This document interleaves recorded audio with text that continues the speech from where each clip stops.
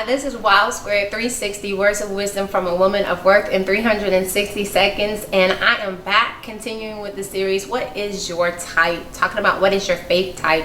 During the month of January, I had the opportunity to share with you all from the book of Proverbs.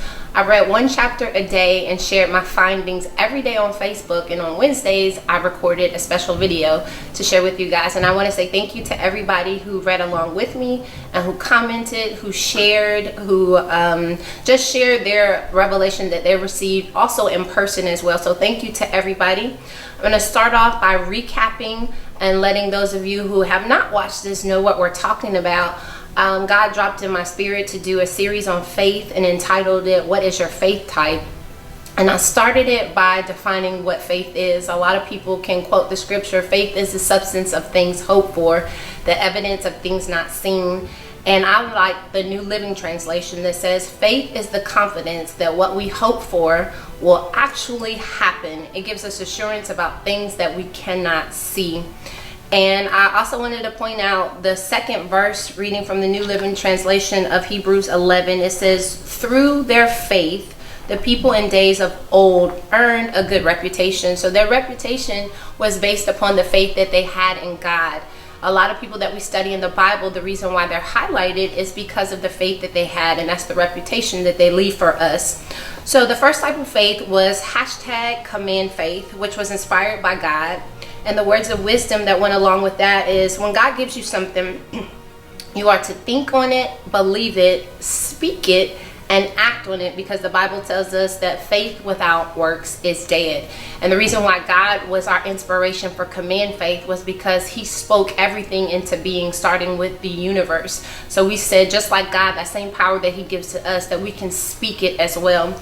So that was the first type of faith. The second type of faith was #ready faith, or we just also associated with Nike's saying or motto, just do it. And it was inspired by Cain. We know about Cain and Abel. And the words of wisdom that went along with that is, when God gives you your best, or when you give God your best, he turns around and gives you even greater. So from that, we say never hold out on God, because God already knows what you have. So never give him give him less. Always give God your best. The third type of faith was #walking faith, which was inspired by Enoch. And if you don't know too much about Enoch, he was the one that basically just ascended and went up with God. And the words of wisdom that went along with that is something common. It's not so much of a revelation that God gave me, but something that you hear people say, don't talk about it, be about it, because that's the life that Enoch lived. He didn't just talk it, but he walked it. And as a result of that, God found favor in him and he took him with him. So talk less and do more. So now we're going to go ahead and get into our 360, which is 360 seconds equates to 6 minutes. Everything that we're talking about is derived from Hebrews chapter 11, which is also called the faith chapter. Today's type of faith is inspired by Noah, and the key verse is Hebrews chapter 11, verse 7, reading from the NIV. And it says, by faith Noah, when warned about things not yet seen, in holy fear, built an ark to save his family. By his faith, he condemned the world, and he became the heir of righteousness that comes by faith. I also want to read part of the Message version, and it says, by faith, Noah built a ship in the middle of dry land. He was warned about something he couldn't see and acted on what he was told. And the reason why I point out the Message is because it paints the picture of exactly what faith is, because we say faith is what you cannot see.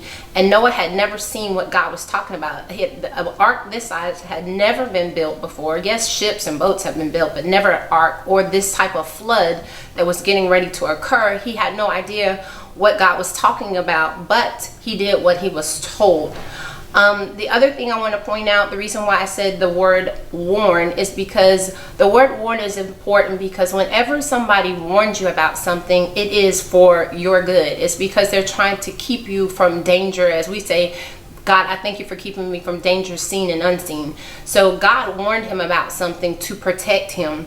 Anytime anybody warns you, it's because they care about you. So God cared enough about Noah so that he made sure that he knew what to do to prevent him from being destroyed. Noah at this time was considered to be a righteous man. He was the only one God could find blameless. He was the only person on earth at that time that God could look at and say, you know, this is the one person that I'm pleased with. Just like Enoch, Noah walked in fellowship with God. And it's important for us to be in fellowship with God daily, every day. Because he had a relationship with God, God confided in Noah to let Noah know what his plans were for the earth. So Noah was the type of man that took a stance. Everybody else was doing corrupt things, the Bible says, violent things, but he decided to travel a road that was less traveled by everybody else. So I just wanted to point out the word warn or warning, because that's when somebody cares about you, and God cared enough about him.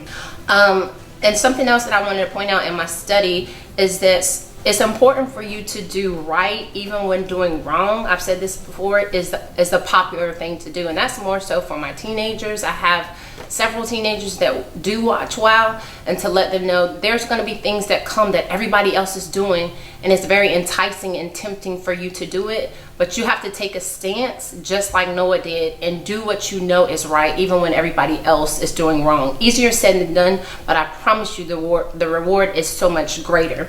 So why did Noah even listen to God? Because he feared God. The Bible tells us he feared God and what would happen. Even though he didn't know what God was talking about, he still feared God. And it also, again, makes me think about today's generation. Like, there is no fear in them. Like, they don't fear God. I know when I was growing up, I definitely had fear in me. It's a holy fear. Like, my grandmother, and I'm sure other people can associate with it, like, if you did X, Y, and Z, she would tell us, you're going to hell. Like, I hate to put it there like that, but she would scare us into it. And I'm not saying scare you into a relationship with God, but the only thing you should fear is God, just God. So Noah was one that feared him, but everybody else it didn't. And I think sometimes the reason why we don't fear God like we should is because God gives us his grace and mercy every day, and we take those things for granted. I know, even like last night when I was praying and just thinking to myself, like, what if I don't wake up tomorrow morning? Like, would God be pleased? Did I do what I was supposed to do? What life can I live for my daughters? Like, what life did I live? What type of reputation? Like, I've read in Hebrews, that second verse that says the reason why we talk about these people is because of their reputation, the faith that they have. Can my daughters look at me and be able to say, okay, I see the type of faith my mom has? So that kind of put some fear in me, and I was praying, y'all, like praying hard and just making sure that I am keeping in constant communication and connection with God. So what type of faith did Noah have? Noah had what we are calling hashtag saving faith. Why are we calling it saving faith? His obedience to God, his fear of God, and his love for God is what ultimately saved his life. Not only his life, but his family's life as well. His faith, or your faith, isn't just going to save you, but the people that are around you as well. And I'm not talking about saved like saved from sin, but when you care enough, just like God cared enough for Noah, he warned him of what was going to happen. As a parent, as a minister, I have to warn people of what will happen if you do X, Y, and Z. And I believe that my faith in God will help save my children. And again, not save them from sin, but it can just be from physical harm. Just like Noah was saved from a flood. He didn't lose his life because of the fact that he was obedient and he feared God and he loved God and he was in fellowship with God. He had a connection with God. He had a relationship with God. So again, we're talking about Noah having saving faith. The Contemporary English Version says at the latter part of verse 7, it says, Noah was given blessings that only those who please God can receive. There's certain things you can only get from God when you have faith.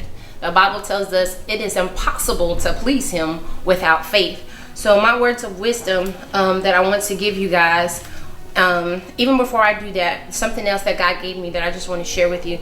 God will call you to do some things that may be strange, and you're unsure of what to do, but we also have to take on that mentality like Noah did. You just have to do what God has instructed you to do, because it's going to save you. It's going to keep you. It's going to protect you from things that you cannot see. And that's, again, what faith is. Faith, you can't see certain things, but you believe that if God warned you about something, it's for a reason. And most times God is looking for your obedience. He's looking for your level of faith with him. And he's just looking for your faithfulness. So the reward that you will receive is going to be worth it. God doesn't always tell you what the reward is. He's just looking for you to be obedient. So I just wanted to plug that in there right quick. But here is my words of wisdom to you. My words of wisdom is simply this: stay connected to those who are connected with God. And what I mean by that is that because Noah was connected to God and had a relationship with God, his family was ultimately saved because of Noah. So I encourage you to make sure that the people that are around you are connected with God. You want to stay connected with him, because that could be the one thing that saves you. And again, I'm not talking about saving you necessarily from sin, but just saving you from dangers that you cannot see. And I kind of think of it like a circuit. In a circuit, you have your wires, you have a battery, and you have a light bulb. And the goal is to make sure that that light is shining. And the only way that light can shine is if that circuit is connected. You have to stay connected with God. That power, what is the power source? That is the battery of it, which is God. And that wire represents the people that you are around as well. So if you all stay connected, what's going to happen? Your light is going to shine, and you're going to draw other people to Christ as well because of your faith in him. So I say to you, make sure that you are staying connected with those who are connected with God, and make sure that you are letting your light shine and have that type of faith that Noah had, that saving faith. Don't be selfish, Bring other people into the fold. When God has done something for you, share it with other people, because your testimony may help somebody else and save them from something that you've been through before. So I pray that this has blessed somebody, motivated somebody, encouraged somebody. Until the next time, I pray that you are walking in faith. Take care. God bless.